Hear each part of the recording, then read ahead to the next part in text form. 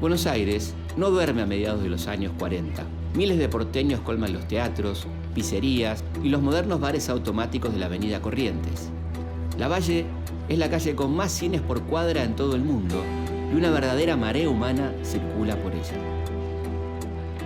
Pero en los primeros minutos del miércoles 17 de octubre de 1945, otra marea humana, completamente distinta, comienza a movilizarse en aquella ciudad de sectores medios y altos, orgullosa de su calificativo de blanca. Son los trabajadores del Gran Buenos Aires, que en los 2 últimos años vieron mejorar sus ingresos y su condición social por el notable incremento de la actividad industrial y por la llegada a la Secretaría de Trabajo y Previsión del coronel Perón, detenido ahora en la isla Martín García.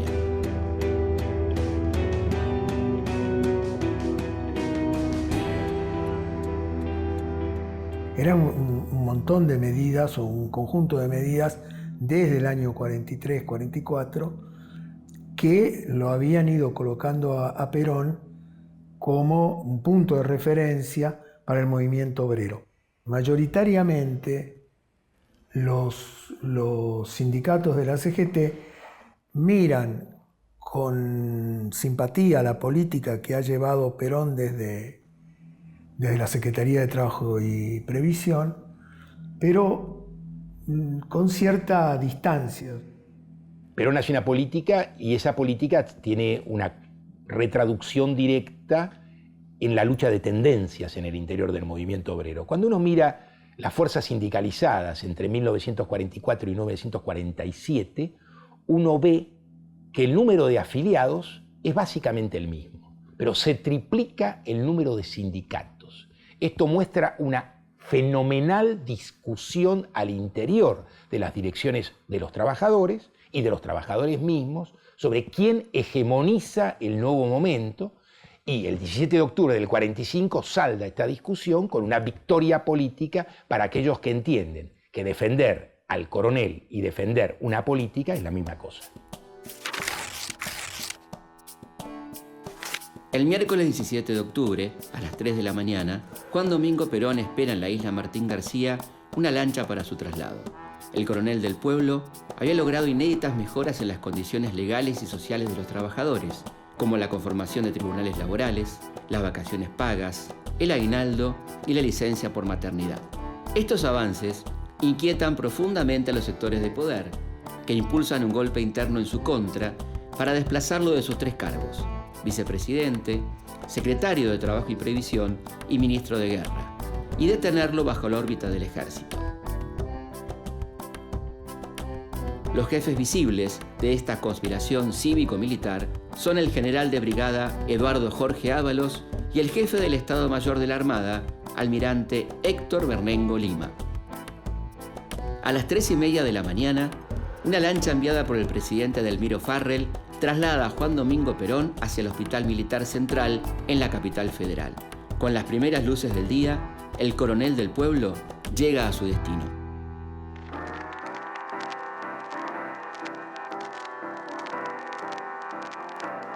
Ábalos es el jefe de Campo de Mayo y al mismo tiempo es un hombre del radicalismo cordobés. Es un hombre que tiene un problema político. Siendo su corriente la mayoría en el ejército, no puede sino terminar apoyando políticamente al unionismo, que no es la corriente radical con la que él forma parte, sino el unionismo juega políticamente a través de la Marina y de Bernengo Lima. Entonces, el asunto era que Ávalo tenía una situación política donde destituir a Perón suponía, en la lógica política existente, la entrega del poder a la Suprema Corte, esto es, la derrota política de las Fuerzas Armadas. Con lo cual, Ábalos acepta entregar a Perón a la Marina, pero al mismo tiempo no acepta entregar el poder a la Suprema Corte, razón por la cual la derecha del movimiento no logra una victoria neta. Perón, como se sabe, le quitan todos los cargos que tenía y lo recluyen en la isla de Martín García. La idea era obviamente sacarlo del juego político y forzarlo a la baja, pero obviamente Perón tenía otros planes. El general Ábalos pretende convertirse en el próximo presidente electo de la Argentina con el apoyo de la Unión Cívica Radical, mientras que el almirante Bernengo Lima quiere entregarle el poder al presidente de la Corte Suprema de Justicia, Juan Álvarez, al que le ha encargado la formación de un gabinete con notables figuras de la oligarquía y de los partidos políticos tradicionales. Perón ingresa a las 6:30 de la mañana al hospital con un falso diagnóstico de pleuresía y se prepara para desbaratar los planes de sus dos principales adversarios.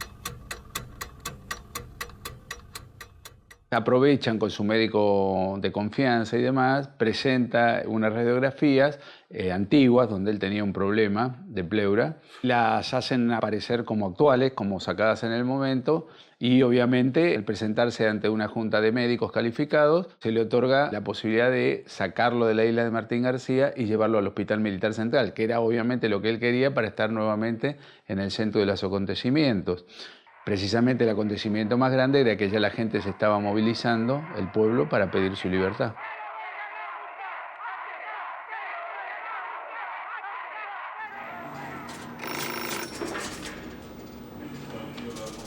A las 7 de la mañana comienzan a difundirse las primeras noticias sobre la internación del coronel Perón en el hospital militar.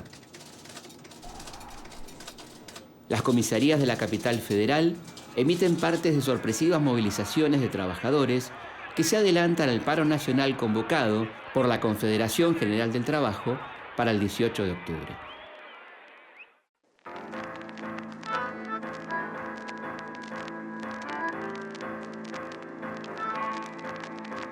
La relación de Perón con los medios de prensa, estaba dividida. Había medios que realmente lo apoyaban y que seguían de cerca su periplo político, sus logros al frente de la Secretaría de Trabajo y demás, y los grandes medios de comunicación, las empresas periodísticas, para decirlo en un idioma actual que todos podemos entender rápidamente, lo acusaban de nazi, lo acusaban de totalitario, de dictador, de ser una burda imitación del fascismo, del nazismo, que en ese momento ya estaban, digamos, en su declinación total. Y esos sectores o medios gráficos que realmente lo atacaban van a ser los que van de alguna manera a sustentar o formar ideológicamente desde sus páginas lo que después se va a conocer como la Unión Democrática, ¿no es cierto? Perón, el 17, ya siente que ha logrado una especie de victoria personal, salir de Martín García, salir de la órbita de la Marina, ingresar a la órbita del Ejército, descubre inesperadas simpatías, descubre que hay unos cuantos que no saben bien qué hacer y que en ese no saber qué hacer hay un margen de maniobra política posible y al mismo tiempo empieza a enterarse de que hay una movilización en marcha y de que esa movilización corre por los 4 costados del país. No se trata simplemente de una movilización que cruza el puente, es el conjunto de las fuerzas del interior. Entonces, lo que se empieza a ver es un reilván político donde los que no decidían nada empiezan a modificar la estructura de las decisiones. Y para que la estructura de las decisiones sean modificadas, el modo de decidir vuelve a ser democrático. A partir de las 8 de la mañana, desde las oficinas de la capital federal, ubicadas en Puerto Nuevo, Chacarita y Villa Crespo, y desde las fundiciones y los frigoríficos de Herli, Avellaneda, Ensenada y Berisso en el Gran Buenos Aires, parten columnas obreras, sin líderes y otras encabezadas por novísimos dirigentes peronistas para colmar la Plaza de Mayo. Los puentes del Riachuelo, levantados por orden policial, no son un obstáculo para los trabajadores que lo cruzan en botes y a nado. Todos los grupos de manifestantes vitorean el nombre del coronel Perón, exigiendo su inmediata libertad. Algunos llevan carteles y estandartes con su imagen y leyendas de apoyo a su gestión.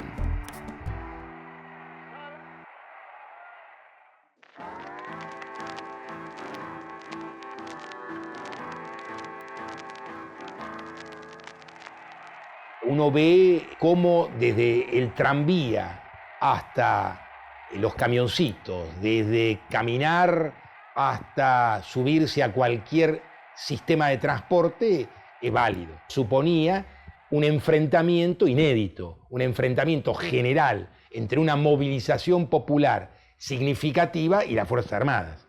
Eso así no había sucedido nunca en la historia argentina. La gente iba llegando.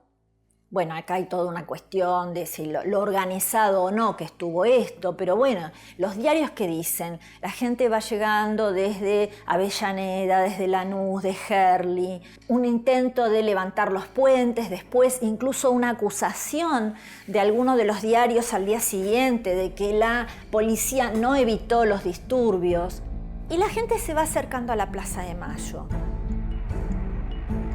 A las 11:30 de la mañana, a medida que los obreros se van acercando al centro, crece el espanto de los vecinos de la elegante y blanca Buenos Aires frente al inédito espectáculo de esos seres de rostro moreno, cabelleras renegridas y vestimenta humilde.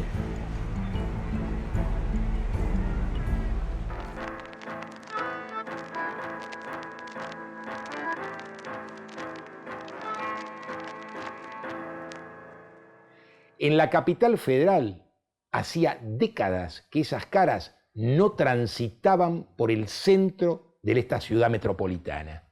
Es más, hay un famoso testimonio de Mariano Grondona, que vivía en Arenales y Callao, y que desde el primer piso de su casa ve pasar a las hordas mirándolas. Dice: yo nunca había visto esas caras. Eso es exactamente lo que pasa. La capital no había visto esas caras y esas caras cambiaron el retrato de la política argentina. Hay un aspecto que es social, que era lo que estaba de alguna manera, o lo que estaba encarnando la adhesión a Perón. Yo no sé si ya se puede hablar de peronismo, pero sí Perón como la figura, que era eso de que los postergados, los oprimidos, los que eran nadie, los humillados, se sentían fuertes. Y eso generaba una violencia tremenda en los otros, realmente un odio de clase.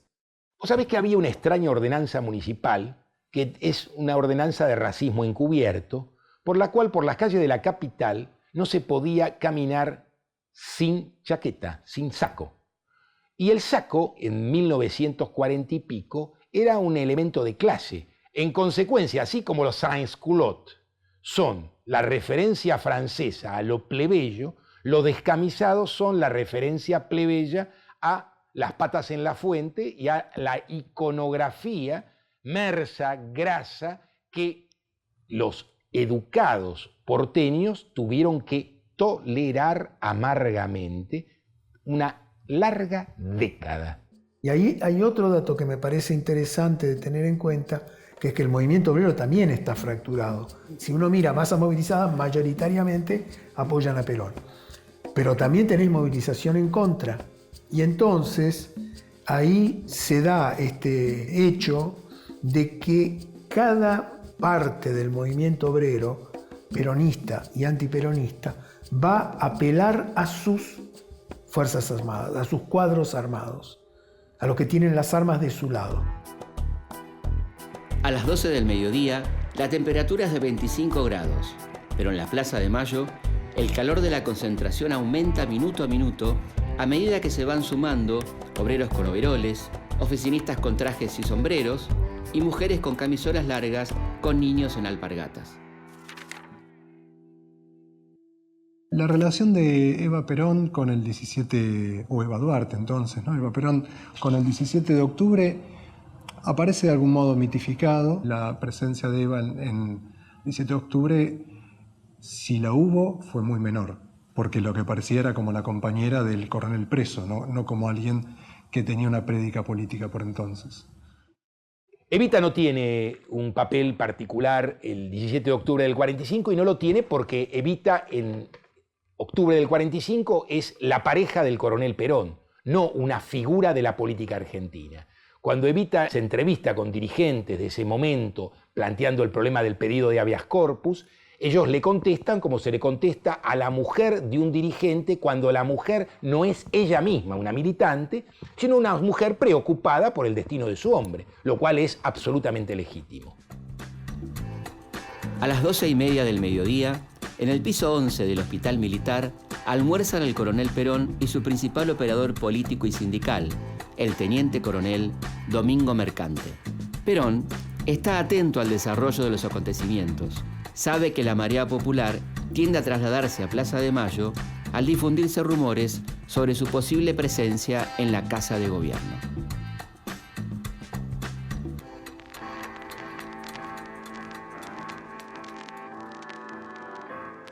Hoy nos queda en la memoria como que el 17 de octubre fue un día de presencia masiva permanente y uno, si se guiara por los títulos de los diarios de entonces, vería que de acuerdo al momento y a la hora en la que se está pensando la Plaza de Mayo como un ámbito físico, va a haber menos o más gente y eso va a ser fundamental para el ejercicio y la muñeca política de Perón para tener una presencia, ganar el balcón o no ganarlo. A las 16 horas, cuando el calor invita a algunos concurrentes a refrescar sus pies en las fuentes de la plaza, el teniente coronel Mercante sale al balcón de la Casa Rosada para anunciarles a los trabajadores que el general Ábalos quiere que abandonen la Plaza de Mayo. La sola mención del militar conspirador logra su propósito, que la plaza entera abuchee al hombre que ordenó detener a Perón. Luego toma el micrófono el director del diario La Época, Eduardo Colom, quien junta coraje y le pide a la multitud que nadie se mueva hasta tanto el coronel Perón ocupe el balcón. Había una gran cantidad de diarios de circulación nacional y también de circulación local, regional, provincial. Hay estadísticas que hablan de unos 3.000 diarios y periódicos en el país. Dentro del radicalismo hay sectores que tenían su propio diario. De hecho, el diario La Época era un diario de filiación radical irigoyenista, tenía en su portada la figura de Irigoyen, y que había comprado Eduardo Colom, una figura que después va a tener una actuación dentro del gobierno, que se va acercando a Perón por diversas razones. Entonces La Época va, incluso en sus titulares, tiene un énfasis en relación con lo popular que no se va a ver en la otra prensa. A las 18:30, el general Ábalos decide abandonar la Casa Rosada y dirigirse al Hospital Militar junto a Mercante y otros oficiales superiores para entrevistarse con su adversario y pedirle que se presente en la Plaza de Mayo. Ahora, su principal preocupación es calmar a esa multitud que le demostró su impopularidad. Perón recibe muy fríamente a su oponente y le impone como condición una entrevista con el presidente Farrell. El día se convierte en noche y se vuelve cada vez más peronista. El miércoles 17 de octubre a las 21:30 horas, las emisiones radiales son interrumpidas por un boletín de último momento que anuncia que de un momento a otro, en la residencia presidencial de la Avenida Alvear, se concretará la reunión entre el presidente y el vicepresidente depuesto. El general Farrell le pide a Perón que se reincorpore al gobierno en el cargo que desee. El coronel rechaza la propuesta y le exige la convocatoria a comicios libres. Farrell acepta todas las condiciones. Mientras tanto, totalmente ajeno al clima que se vive, el presidente de la Corte Suprema de Justicia, Juan Álvarez, llega a la Casa Rosada para presentar su propuesta de gabinete y asumir el poder. No encuentra a nadie interesado en recibirlo.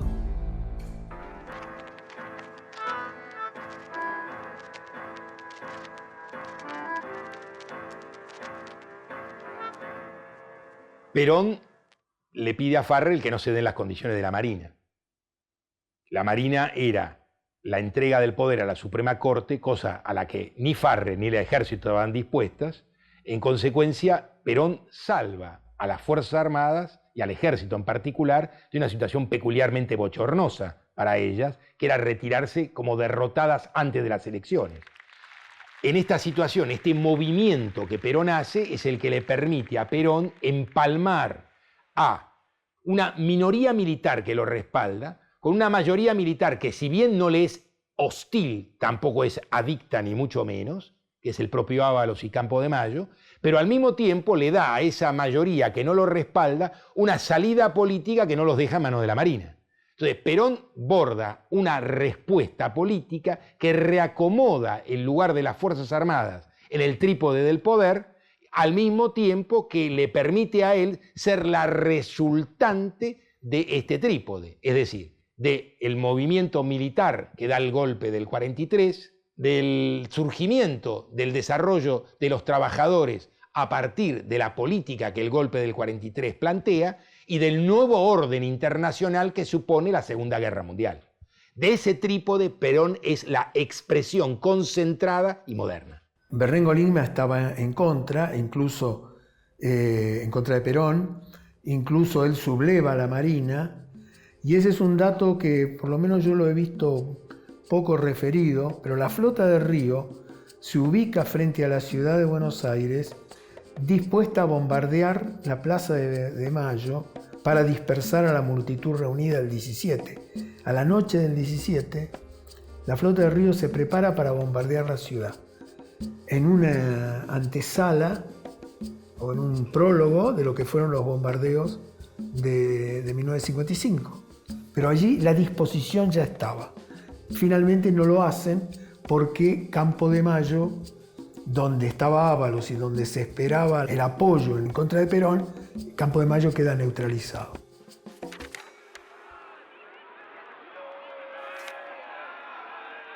A las 22:30, Juan Domingo Perón y Edelmiro Farrell arriban a la Casa Rosada.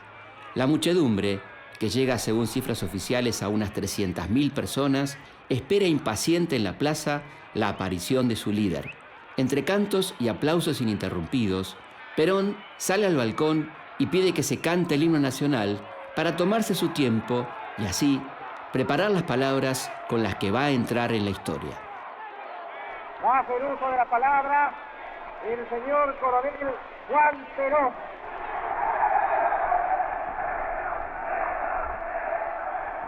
Hace casi 2 años,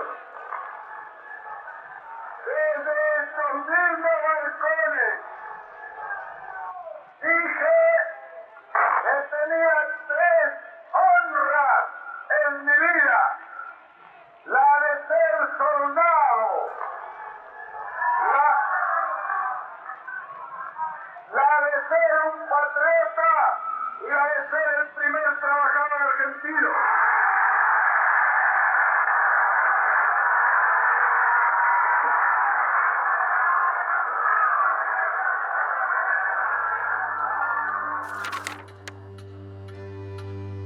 Porque estos 200.000, 100.000 o 500.000 que fueron a la Plaza de Mayo no eran militantes, ni eran sindicalistas, ni eran gremialistas. Era gente común que trabajaba, digamos que, bueno, podemos decir son trabajadores, pero es gente común que tiene su familia, su vida cotidiana, y entonces que ve peligrar su vida diaria, su vida de todos los días. Entonces ahí hay también un elemento que me parece que es importante.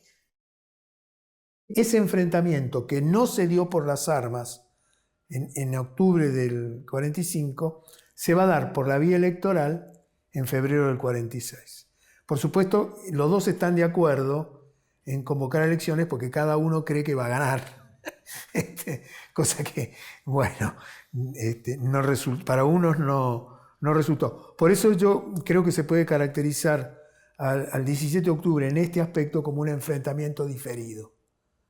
Porque la resolución, digamos, lo que sería el combate decisivo, se pasa a las elecciones de febrero. Están aquellos que entienden que son dirigentes sindicales y punto, y por lo tanto no tienen por qué comprometerse tanto, y están aquellos que entienden que la situación del movimiento obrero ha cambiado, que hay una victoria popular contra el fascismo, que los trabajadores son el pilar de esa victoria y que la victoria sobre el fascismo en el mundo, en la Argentina, se retraduce como el ingreso de los trabajadores a la lucha política.